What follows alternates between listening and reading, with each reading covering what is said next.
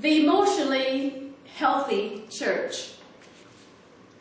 I was an imposter and didn't know it. Like most people in Christian leadership, I worked hard at being a committed and loving Christian. I labored at serving people, forgiving people, humbling myself, and being joyful. The problem was that I was miserable much of the time and unable to admit this to anyone, including myself. I couldn't bring myself to believe it. My inner world was not in sync with my external behavior. The Bible has a word for this gap, a word that Jesus repeatedly used towards religious leaders: hypocrisy, Matthew 23. It literally means play acting.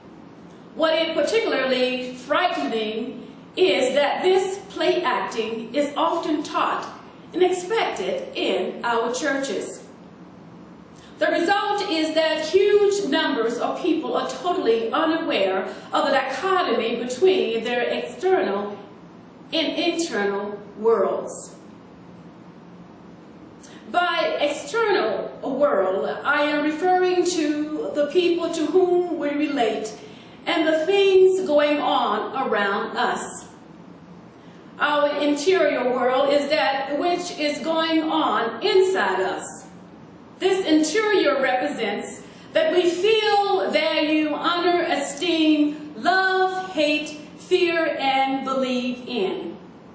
To truly love God with all our heart, soul, mind, and strength requires that we know not only God, but also our interior, the nature of our own heart, soul, and mind.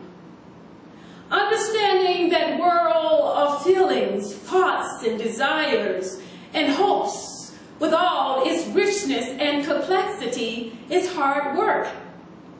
It also takes time, lots of it. Our great dilemma and mine for years is that I was too busy building a bigger church and looking for ways to have a greater impact. Who had time for this kind of morbid and introspection? Wouldn't reflection time slow down the work of God? What good for God and others could come out of tapping into my unconscious or unidentified fears, wishes, and hopes? It is painful to take our first deep, long look inside of our hearts. Jeremiah 17:9 affirms, "The heart is more deceitful than all else, and is desperately sick. Who can understand it?" The reason for this goes back to the fall of Adam and Eve in the Garden of Eden.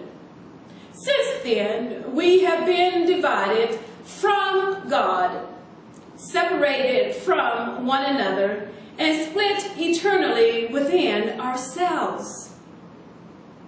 Shame, loneliness, hiding, self-protection, lying, and other emotion, pain mark Adam and Eve in Genesis 3.